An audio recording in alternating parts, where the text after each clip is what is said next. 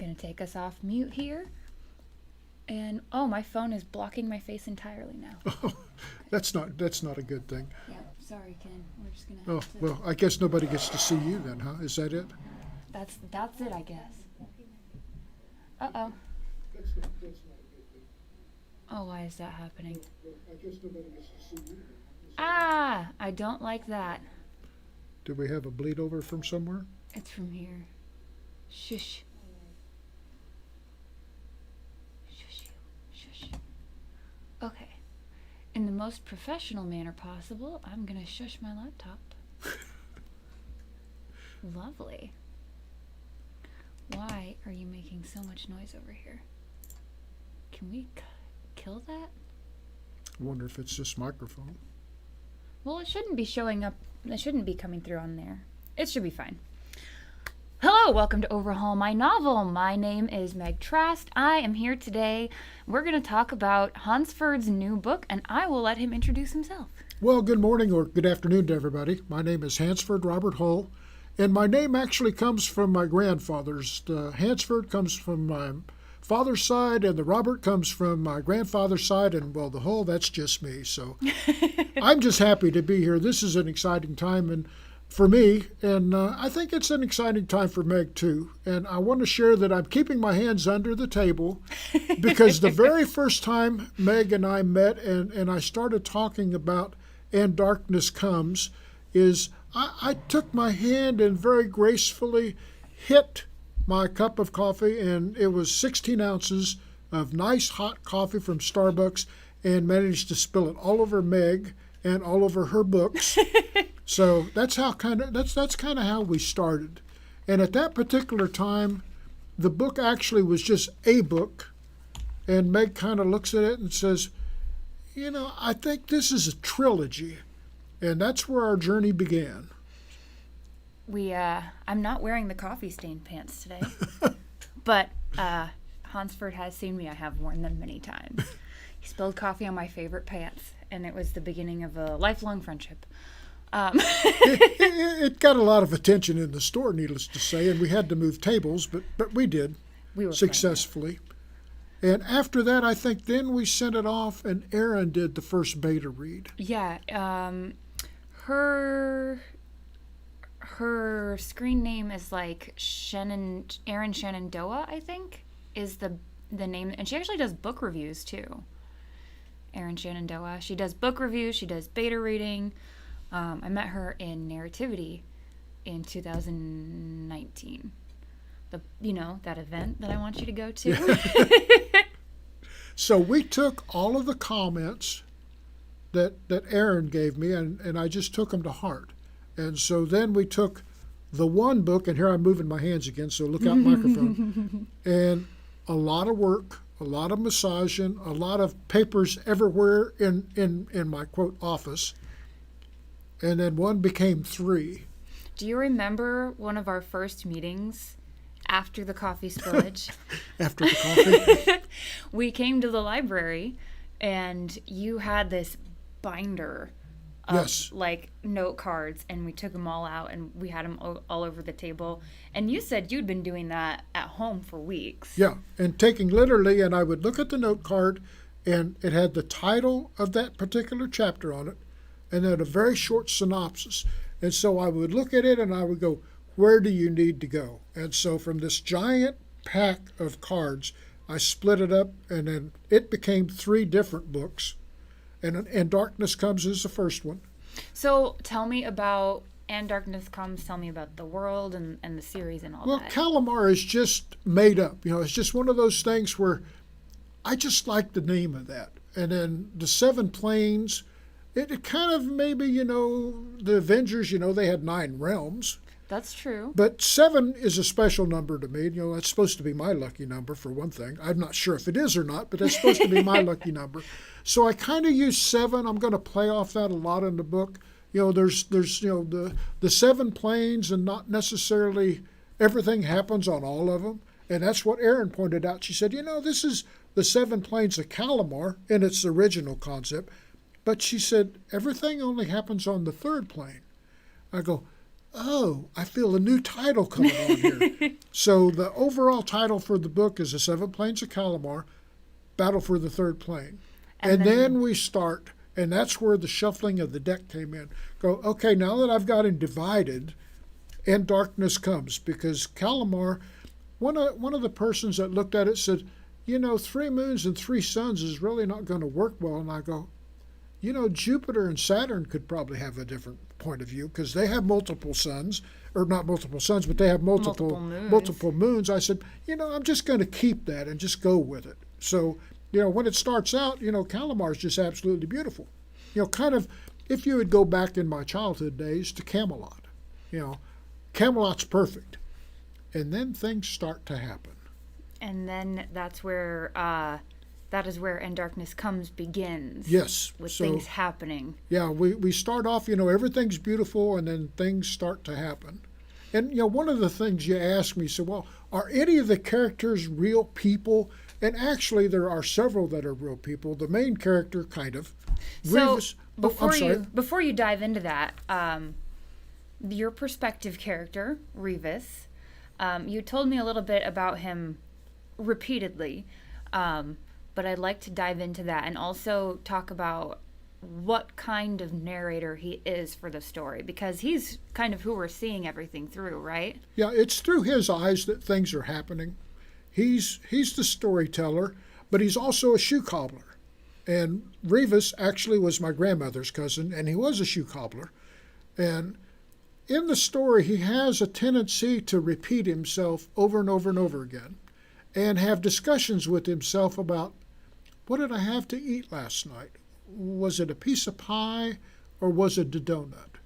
Was it cherry pie? And he just waffles back and forth, until he finally comes to a decision. And, oh, okay, that's what it was. That's what I had to eat last night. But he's always doing that. He can never have a sentence without contradicting himself and going, no, I think it was something else. So I think it's really interesting how many ways that comes into play in the story, because we're seeing an account of things through Revis's eyes. So we get a really clear picture of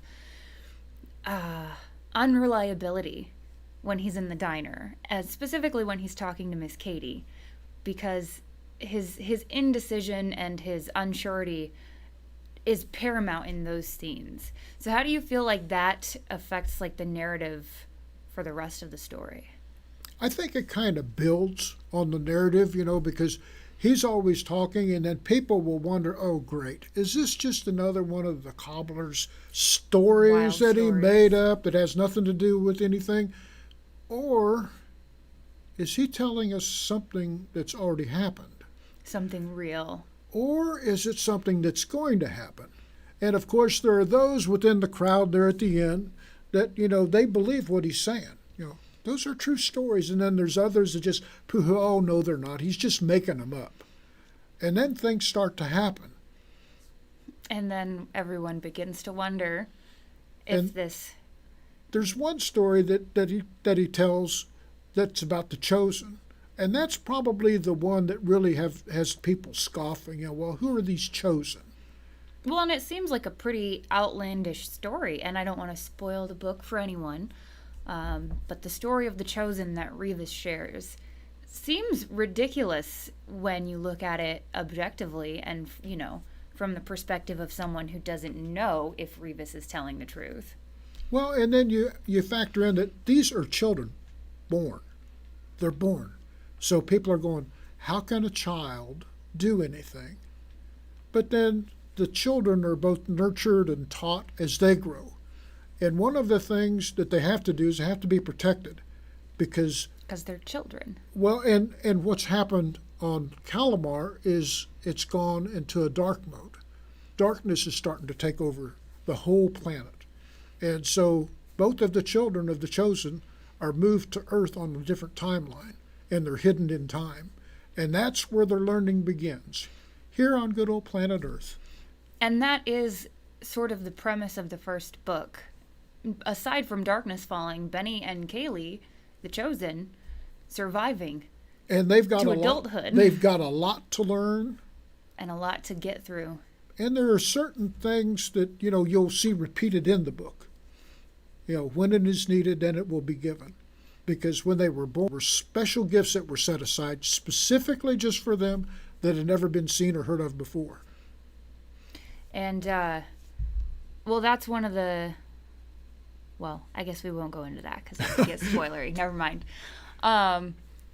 So there are a couple of, I wouldn't say main villains, but the villains we probably see most on screen, who were, if you recall, my favorite characters from the get-go, Grink and Pounce. Oh, those two. They are just kind of, I will refer to it as just, kind of bumbling, always making mistakes type of guys.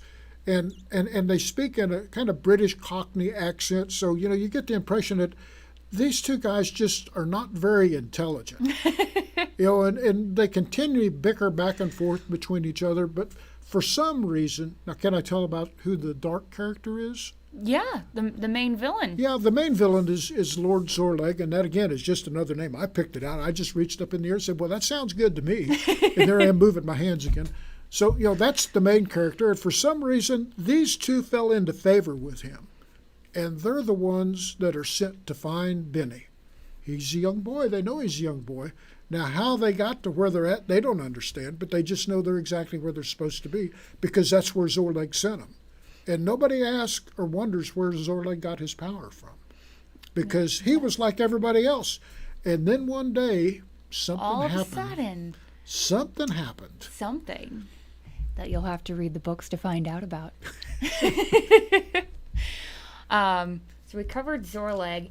Let's take a step back from the story aspect for a minute and talk about the process a little more. When did you decide to write a book, and why did you decide that Calamar's was the story that needed told? I think probably because it's been a long process of writing it, because there would be times where I would write and then I would stop. And that's why my book was so big and so fragmented, would probably be the best way to put it, because things were not written in sequence. There was no outline. I just grabbed things, and when I'd have an idea or I'd hear some words, go, I know where that goes. And where the word Calamar, the Seven Plains, come from, it's just, one of those things just pops into your head. You go, I like that. And then you start in building on it. One of the most common questions that I hear people ask authors is, where to get your ideas? But I think it's true for you, and probably true for most authors, is I don't get them. They get me. Well, and they just explode. Yeah. You start writing something, and you can testify to this because, we had X number of chapters, and then we sat down and we had a little brainstorming session, and then all of a sudden we end up with 10 more chapters. Because you start writing, and the idea just, you start on a roll, and then you just can't stop. It blooms. Because once upon a time, you may have sat there and you write 5 words. You go, I don't know what else to put down. I'm not feeling this today. We call that a writer's block. Well, and I know that, you told me, write 100 words a day. At the end of the week, you got 700 words. Mm-hmm. And that's part of what I did. And then it's like, okay, I've started and I don't know really where I'm going. So I'm just going to type, and then it starts falling into place. And then the keyboard, I don't know if it's right, is talking to you. Say, put your fingers here. We're going to go for a little walk. Yep. And then the idea, you just keep going, and you've told me this several times, and it's not uncommon. We repeat ourselves a lot. Yes. We'll say something, and then we'll go on and we'll say something again. And part of what happens is when I try and go through and edit, is I can tell when I stopped and my idea became fragmented. I don't know whether it's, got up, get another cup of coffee, get something to eat, or whatever the story, but, your eyes go, what happened here? Something, for sure.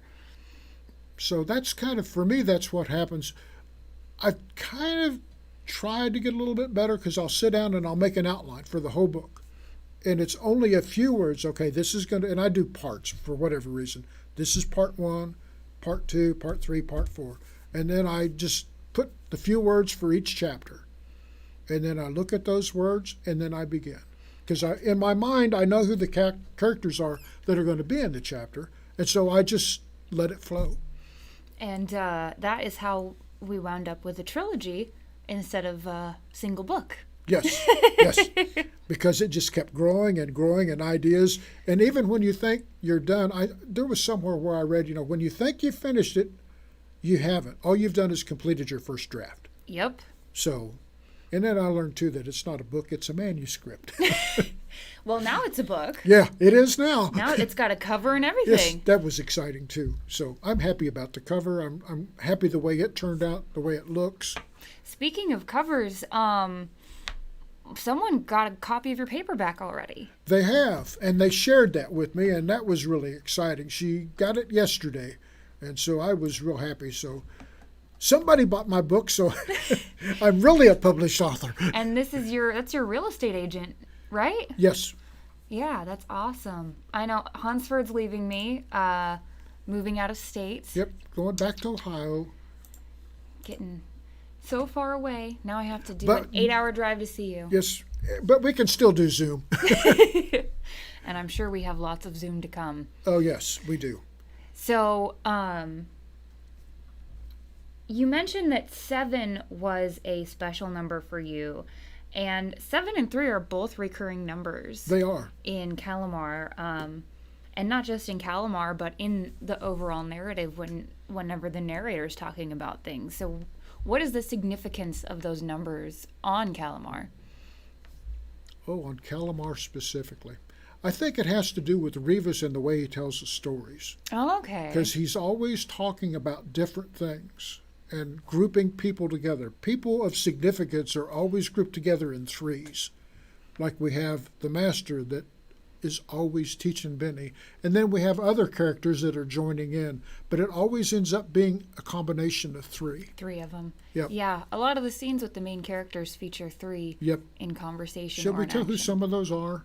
Yeah, let's See, because we have the master, he's the one, and I guess we really didn't speak of this too, but there's a special language that's spoken that goes back to Irish, which is kind of Irish Celtic, which is a soft spot in my heart. My father-in-law was as Irish as you could get, because he was Catholic. He was born on March 17th, and then his ancestry also goes back to Ireland. So that makes it kind of special. and you actually use a lot of that in the book, don't you? I do. I just, I cheat. I use the translator from Google, and I will write down my English phrase, and then it'll translate it into Irish. So I think that's kind of a win-win thing. It gives a little flair. Not that I can speak it, but I know there are people that can. I have an Irish friend who can speak Gaelic, and I remember her trying to teach me how to sound out the words. That was an adventure. Yes. I'm good with just trying to do English at the moment, but that's been something I've wanted to do. Would be able to speak Gaelic, because it's kind of a language that's disappearing. And, It is. And so it kind of, maybe I'm stoking the fire to help keep it alive a little bit, and it adds magic to it. It does.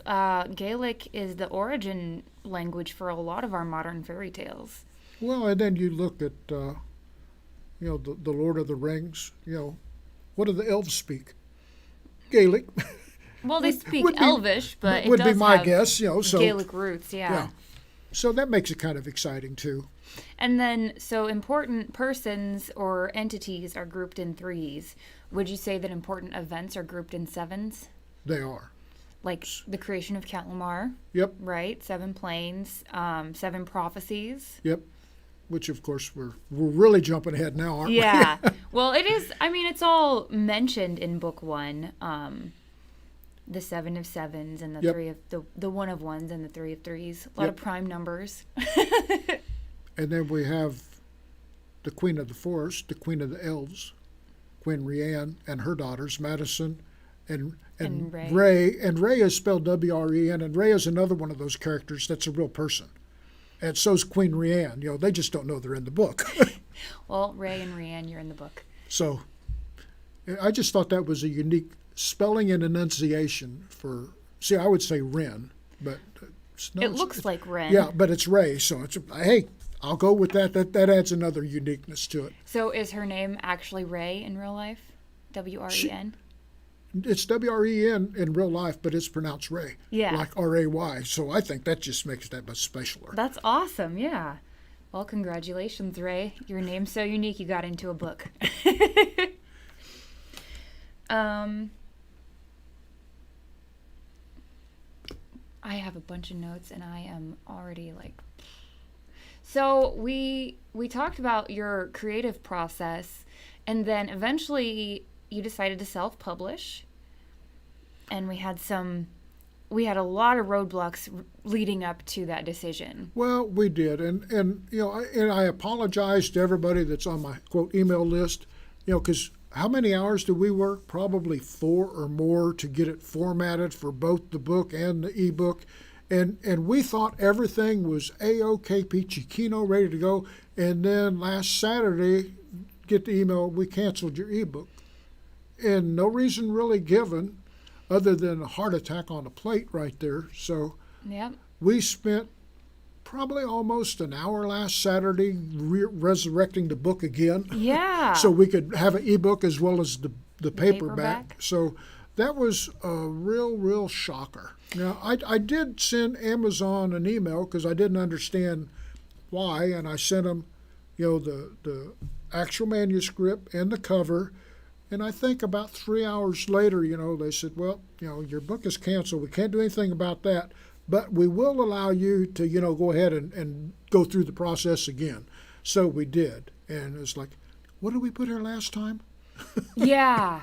There were some of those things that we did not necessarily remember, but we did do it. And that was the important thing. And so then I sent out an email to everybody and their brothers saying, now you can go again and get it. So it's surprising to me that the paperback, of all things, was the one that launched successfully, considering the struggles that went into formatting everything. Oh, yeah, that was a pickle. Try again. Do this, nope, not right. Do this, nope, not right. And I don't know how many times we went through that irritative process of try again, and then we finally got it, and it was a whoop, whoop, holler, holler. Resizing the cover and resizing the book itself and the pages and reformatting. Over and over and over again and until over we got again. it right, and then we were happy. But we also thought that the ebook was with us too, and evidently it got upset and just left. It just left. I'll show you. I'm not going to let anybody buy me then. All those pre-orders canceled. Yep. Me canceled. We were struck. So Would you say that the process of uploading the ebook or the paperback was easier or more difficult than trying to query the manuscript to agents? I think it was much more satisfying than querying agents and getting a blank, letter back saying, nope. If anything. Yeah, sorry, that's just not for me. Just a form letter that, they just put their name at the bottom and, to still my heart. So, that's all part of it, and I understand. Absolutely. And you're trying to find, but then I got to a point where I said, you know what? I just want it out there. Exactly. Because while Benny and Kelly are growing up, they run into a lot of difficulties that everybody does. There's the scenario of bullying, and just you could just kind of take your dart and throw it at the board. What is it now that we could zero in on? Well, and overcoming adversity is kind of a big theme of the whole trilogy. Yeah, because that's all they're faced with. As they go through it, there's always adversity. There's always something that's a roadblock for them, and so that's part of their learning process. How do they overcome it? And of course, then they have people that are helping them along the way, that are kind of nudging them in the right direction, but they've been forbidden from interfering. So it's kind of, how do we do this without breaking the rules? Yep. And how do we make sure that, we don't leave the fate of the world entirely in a child's hands, even though technically we're supposed to. Yes. And that's very reflective of real life, isn't it? Yeah, so you have things now where, can I trust them to do that or not? So, sometimes you just have to draw the line and say, like the bird, you need to be pushed out of the nest. Yep. So Benny goes through a lot of that. There's a lot of things that happen to him as he grows up. Benny does have to overcome quite a bit. And some of those experiences that Benny overcomes in the book, you've written those from your own personal experience. Yeah, and it's kind of fun when you do that because it could be true. It may be true, but then you may embellish it just a bit and blow it up so it's more exciting. Sounds like our resident storyteller. And I think, when you write, sometimes you just do that. You have an idea of something that happened to you, maybe to a friend, a real life experience, and so you take it and then you just weave it into your story. And that is very strong story writing. Because a lot of the time we hear people say, write what you know. And so in this case, you don't know elves or dwarves, but you know about telling stories and you know about personifying people as characters in and those it's stories. Working. And it's working. It's just kind of a magic that just takes over, because I don't know how many times, and you've told me this too, is if you get an idea, you need to either write it down or get busy. And there were several times, 2:30 in the morning, I wake up and go, oh, that's exactly what I want. Out of bed, to the computer, started typing. So, and there were lots of days that were 12, 14-hour days where it's nothing but typing. Because once you get rolling, you don't want to stop. Because if you do, then you lose your whole train of thought and what you're trying to accomplish. Needless to say, it may be repeated a couple times and may be refined, but that's okay. Yeah, that can always be done later. Yeah, so it's the important thing is getting the stuff down on paper and then going back, and then you can tell, oh, how did I say that? Why did I say that again? But when you're in the moment, you're just doing. You're just a vessel. You're just writing, and I think that's the important thing. But the important thing is you got to do it. You can't go, oh, I just don't feel like writing today. I'm not going to. What did you let slip away? Exactly. What would you say, speaking of overcoming adversity, was your biggest challenge to overcome when you were drafting and editing and publishing? Well, I think, as I look back, not being organized, not having, because after the fact, oh, you're supposed to write out like an outline to write? I just like rolling dice. Okay, what is it this time? An idea would strike me, and that's what I would do. There's Right. something in this chapter that's happening that I want to write down. Now, where does that fall in the sequence of things? Absolutely no idea. But as I progressed, then I started going, that outline is probably a good idea. So that way it kind of puts you on a track to relate things together so it's not fragmented, going, well, this makes absolutely no sense here. Have we had that happen? How would you say that experience and learning from that has simplified your process going on to the next book? Oh, I think it's really made it a lot simpler. Because now I have the outline to go by. And, of course, now we're into the outline didn't cover everything, but then still it allows you to draw upon, where is the story going, as opposed to, just Kind of willy-nilly. Yeah, exactly. It has to. You have to have a plot as to where you're going. Some idea. Yep. And again, this is the first book, and I think it surprised you when you got to the end of it. Did it not? It was wonderful. Wonderful. So it was the words every writer wants to hear when you write more than one book. Oh, now I've got to buy book 2. Yep. And now we've got to wait for book 2. So. Of course, I've read book 2. Yeah, I've read all of them. Yeah. It's sitting only the fingertip away, so it's right there ready. I'm excited for this. You're the first author that has published under Overhaul My Novel and Two Doctors Media Collaborative as a collaborative effort. You're sort of our first indie author joint publication, which is really exciting for us. We get to present this incredible fantasy series right off the bat. That said, and how much I enjoy kind of having you and your legacy to myself, if you could pick a publisher, do you have an idea which one you would choose? That would be just, at this point in time, a complete unknown. Because there are so many, which genre do they do? Yeah, that's you don't true. want to get one, that does westerns for a fantasy. So there's a little bit of homework that has to be done there. Unless it's a Western fantasy. Well, that could be true. So the answer to that question is he would pick Overhaul My Novel every time. Yes. Not going to complain about Overhaul my novel. I'm glad. And how long ago did we meet now? Almost 2 years on the dot, ain't it? Well, it was January, was it 2019? Gosh. I think. Was it that long ago? Yeah. 2.5 years? January Well, that where I can say, 2019? oh, is it that long ago? Yeah, it had to be 2019. Yeah, I guess you're right. Wow. Because 2019, that was when we took one book and made it into 3. That's right. And then started the process of And we really spent getting months, serious. Yeah.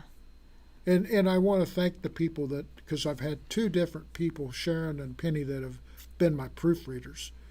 They are just gold. You can't work without a proofreader. Absolutely not. I don't care how good you think you are. You need another set of eyes, because there comes a point where you know what's there. Yep. But what you're reading isn't really what's there. It's something different, and the second set of eyes or third set of eyes are the ones that'll pick it up. Absolutely. So you found your proofreader, your final proofreader through Fiverr, right? No, they were actually just online friends. Oh, but okay. the cover was from Fiverr. That's right. Yeah. Les is from Germany, and I just think she does an outstanding job on that them. cover, we can actually, I'm going to go back to that for a second. And you can see it kind of tiny here, but, I mean, just look at that. Well, and it gives you can see the darkness, and the gentleman that's there, that's supposed to be Lord Zorleg. Look at that looming figure over that burning land and the shadows and the giant moon. It really, and the castle, that's Zorleg's keep right there, isn't it? Yep. So he's looking at the destruction that he's wrought on Calamar, on the 3rd plane. That's so communicative. I mean, and look, you can even see the little moons in the background. Slowly getting blotted out. Beautiful. Absolutely stunning. And So, that's... yeah, I just think, and with her, it was, okay, pick something. I said, okay, I see what you've got. None of it matches. Here's what I want. And then she just took my words and poof. And that was one of the first drafts, wasn't it? Yeah. Yep. Of that cover? Yep. I forget what it was that we changed. There was something that we had to change, and I just don't remember what it was. I think that was for the cover for book 2. But it ended up being really good. So. Yeah. I'm very excited for everyone to be able to see all of the cover art and read all of the books. But the focus right now is on book 1. Yeah, it's hard not to jump ahead, and so it's kind of like zip the lip and throw away the key. Man, so this is a project that's been, at least for me, 2.5 years in the making. And then for me, writing, it probably goes back, jeepers, into 2006, 2007. Wow. Where I would write something and then, write for a bit and then just put it away and not do anything and then come back to it and then write some more.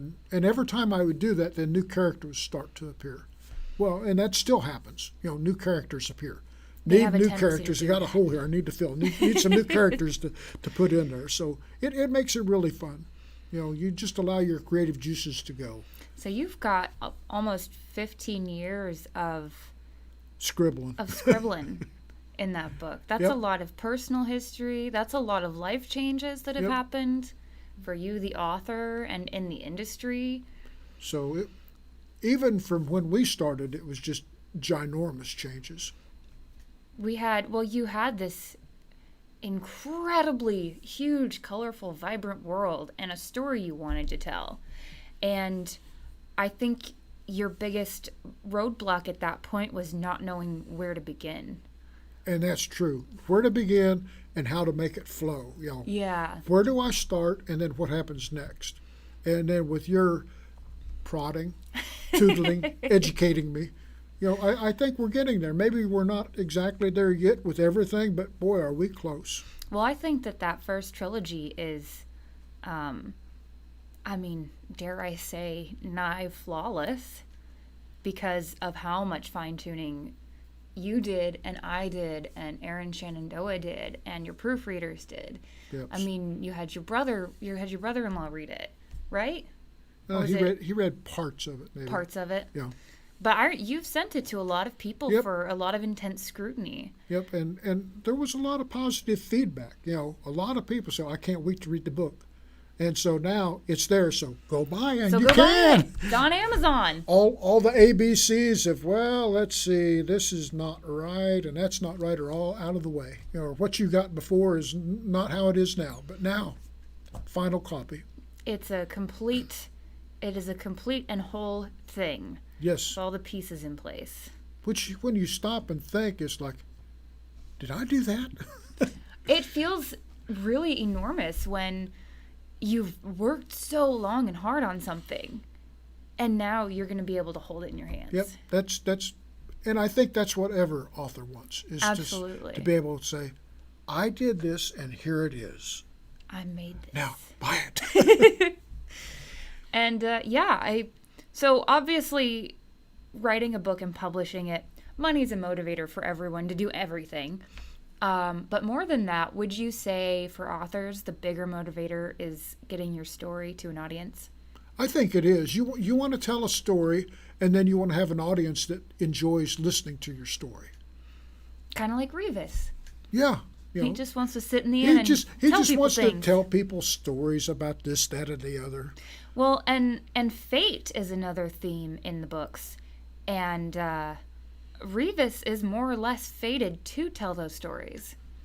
That's kind of his role on Calamar. Yeah, Revis is a special person. He was brought to Calamar specifically for that role. Maybe you were brought to Earth specifically for that role. Well, that's true. I could be. Or maybe I'm from Calamar and just visiting Earth. Oh, there and you needed go. to tell the story of Calamar. Maybe. You'll never know. Maybe it's true. Maybe it's not. Hi, Bongo. How are you today? Welcome. We've got one live viewer on YouTube right now. Well, thank you for joining us. So we've talked about, the process, and then you spent a lot of time querying. Ultimately, decided self-publishing is the way to go. So now we need a platform, and we got some very talented labor on your website. We did. I really enjoyed working with Goldie. She's the one that put the website together, and I will send her an email or call her and say, can we make this change? And it's not instantaneous, but it's quick. Yeah, so she really does a good job with what she does, and I'm happy, you're happy, and so we're both happy. So it's the website is out there for everybody to go see. And what is the URL for your website? Oh, how simple. HansfordRobertHull.com. HansfordRobertHull.com. So Goldie Powell is the creator of Cyber Creations with a Z. It's really tiny on my shirt, so I don't know if you can see it. She is a local here in Kansas City. She and I actually met at a Better Business Bureau conference in 2018. And she is a web designer. Beautiful web content and page building. I mean, your website is smooth as butter all the way across. Mm-hmm. And she works with a lot of independent authors. So what was sort of we had to make some changes with the problems with Amazon. Well, but even before that, because originally we had all 3 books up. Yep. So, oh, wait a minute, we're going to go self-publish now, so we can't be, letting them see what's yet to come. So we took everything down except for the first book, And Darkness Comes, and, get a short synopsis of the book. And then there's a link that you can click on if you want to, send me an email. And then we had, I'll just say the snafu with Amazon, say you're canceled, which messed up the link on the web page. Yeah. Because it would send you to a page going, page not found. Picture of some type of dog. Yeah, that's not something we want to see. No, so, and then everybody that had pre-ordered or just, out to lunch and got that nasty email saying, you ordered this, but it's been canceled now. Yep. So, Tough luck for you, kid. Yeah, a repeat and repeat moment. So now they have to go back and do again. So I'm not sure to this point what it was that we did wrong. Or if we did anything wrong. Because they didn't tell me what we did wrong. It's just they told me that it was canceled. So that was pretty disheartening. But I was very happy with the response where they said, if you want to get it out there by your date, just go ahead and resubmit it. So we frantically worked to do that. Took some calm out of our weekend. Yeah. I had that little. I woke up at 10:30. I'm a late sleeper, and I saw your messages, and I had voicemails and emails, and I was like, "What's happening?" And it was not good. Code red. I was in my pajamas when I called you, sitting on my bed with my laptop, like, "All right, how do we fix this?" And fortunately, we were able to because we had all the files. It was just recreating it. So I would say it's not something that you want to do every time you turn around, though. That's, No. The heart stopper that's not a good feeling. It's not good for my health. I've already got a weak heart. Well, and then those people that were faithful, that went and ordered it, it's kind of like, oh. Yeah. So how do they feel? Yeah. So, that was kind of, my thought too. Happy that they purchased, did the pre-order, but, going, oh, dear. But we got it worked out. And Goldie was very quick, too, with making the changes, too. So that helped, too. So everything's live on HansfordRobertHull.com, isn't it? Yes. So people can go there, and on the front page, they'll see a link to purchase the book. Buy me on Amazon, and it'll take you right to the page you need to be to. I did notice that because of the hiccup, the ebook and the paperback are listed as two separate items. But ebook and paperback are both available for purchase. Yes, they are. So if you have the Kindle app or a Nook, we were talking about Nooks earlier, or an Amazon Fire, then you can. And we enrolled in KDP Select for the ebook, correct? Yes, we did. Yeah, so people could read that courtesy of Amazon for free. Yep, they don't have to pay. So free's always good. Free's fantastic. Yep. The paperback they do have to buy. Now, if someone were interested in procuring a signed paperback, how might they go about doing that? I think probably the easiest way to do that would just be to go to my webpage and send me an email with an address, and then I could make sure that they get one. There you go. If you want a signed paperback, go to HansfordRobertHull.com and click on that contact link at the top. Click on the contact link. Ask for one. Say, I would love to have one. I'm sad that I haven't gotten my paperback yet because you're leaving and I wanted to have you sign it before you went. Well, you may be the first one I mail it to then. or I'll see you at Narrativity. That's true. You could. I think you'll be closer from Ohio. It's a closer drive to Minneapolis, I think. It's probably going to be the same thing, I think. Yeah, probably. A long distance. Yeah, too far. It's only 8 hours from here, though. And I have no idea how far it is from Columbus, so. That's fair. I'm trying to think. So, Chris Tavener, the other editor that I work with, and the one who's doing the copy editing for the newest book, he lives in Columbus as well. So if you still find yourself craving a face-to-face with an editor, he's fantastic. Yep, so that would be an easy thing. I'm sure many places in Columbus where we can sit and chat.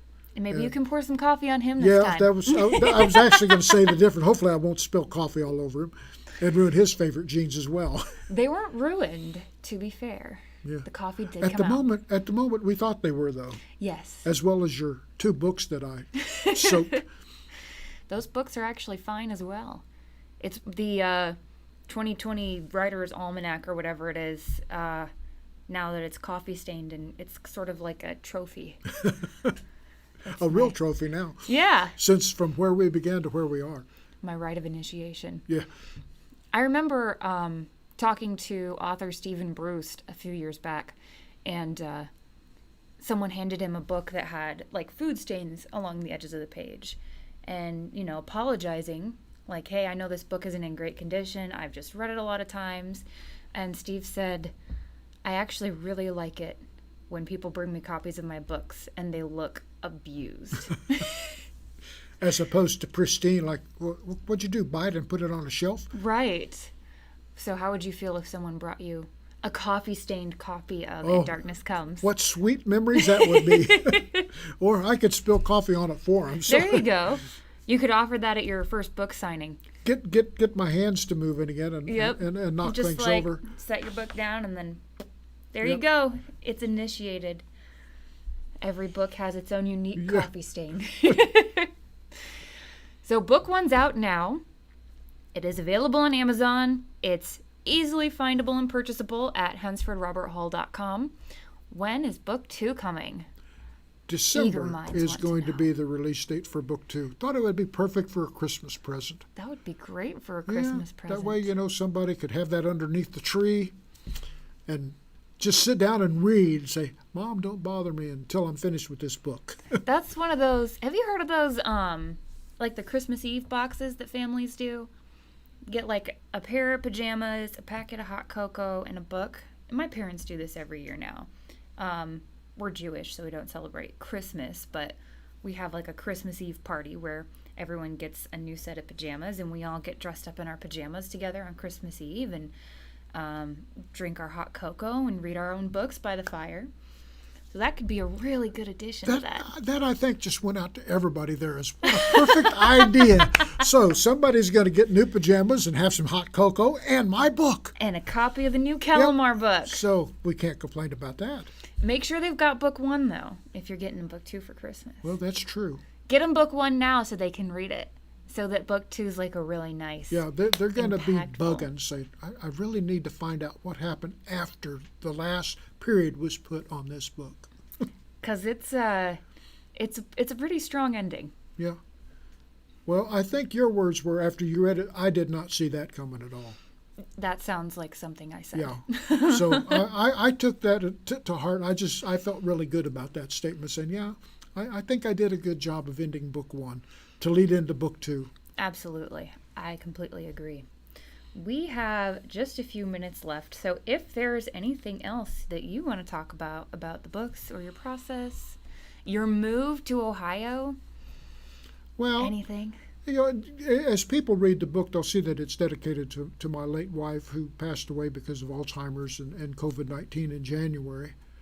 But, the move back to Ohio is strictly because that's where my daughter lives, and my other daughter lives in Vermont. So I need to be closer to kids and family. Absolutely. So, my brothers all live here, and that's fine and dandy. But, my grandkids are growing up. Geez, oh, Pete, one's going to be a junior next year in high school. Wow. So, it's just, getting closer to family. But then, once I get settled, then it will be back to writing, since this moving was not fun. It just completely upset the apple cart. Yeah, it's not. I've moved a lot of times. Too many times, and it is not my favorite experience. No, I don't like moving things from one room to another. So Right. I'm looking forward to getting settled, but that probably won't be until November-ish when the house is finished. So I'm looking forward to that. It'll be a while. And between now and then, but I will still get back to working on the next piece of I'm going to say series now, because we're actually jumping beyond trilogy. Yeah. So we've got the first trilogy's done. Yes. First trilogy is Yep. just awaiting publication dates. It is for all three books. For all three. I just need to go back through book 2 and book 3 and make sure I dot all the I's and cross the T's with proofreader comments. Do all of the tiniest of fine tuning. Yes. The finest of tuning. Yes, the fun of it. The Pete and repeat moments. Did I do this before? And so what you're working on now is sort of a history of Calamar. Yeah, it goes back to what happened before we start And Darkness Comes. And it kind of tells you the history of the characters, and then it alludes to some of the things, like you mentioned earlier, the prophecies of Calamar, which Revis seems to have his hand deep in that pot. He's a good storyteller, telling people about the prophecies. And again, you have people that, oh, it's another one of those stories, and then people, no, it's true. Yep, and Revis knows these things are true because he was there. Yes. He saw every story that he tells. He knows for fact. Yes, so he has the way of being able to take what he's seen and then tell it to everybody else. But it's up to them whether he was telling something that happened, something that may happen, or is it just a story of an old storyteller at the end? Just an old doddering man babbling on to anyone who'll listen. Yes. Or is it? Well, I'm really excited, and I hope that everyone gets their hands on a copy of this book. We'll have to talk book signing at some point. There are some pretty fantastic book events in Ohio. I know a few authors who live out there, and there's pretty incredible book fairs. So maybe sometime next year when the trilogy is complete, we could look forward to a book signing. Yes, we could. And maybe by then we can look forward to going to hardback too. Yeah. So that's something that we haven't been able to find a real good outlet for self-publishers. Yep, so we're working on that, getting there slowly but surely. If anyone has suggestions for print-on-demand hardbacks, please drop it in the comment or email editor@overhaulmynovel.com. I would very much like author recommendations from self-published authors who have successfully published their hardback books. And I think that covers everything just in time. Well, thank you for having me. This has been a real pleasure. Thank you for coming on to my YouTube channel in all of its splendor and for talking about your book. One last time, where people can buy the book, your name, and then we'll sign off. HansfordRobertHull.com. And I'm Hansford.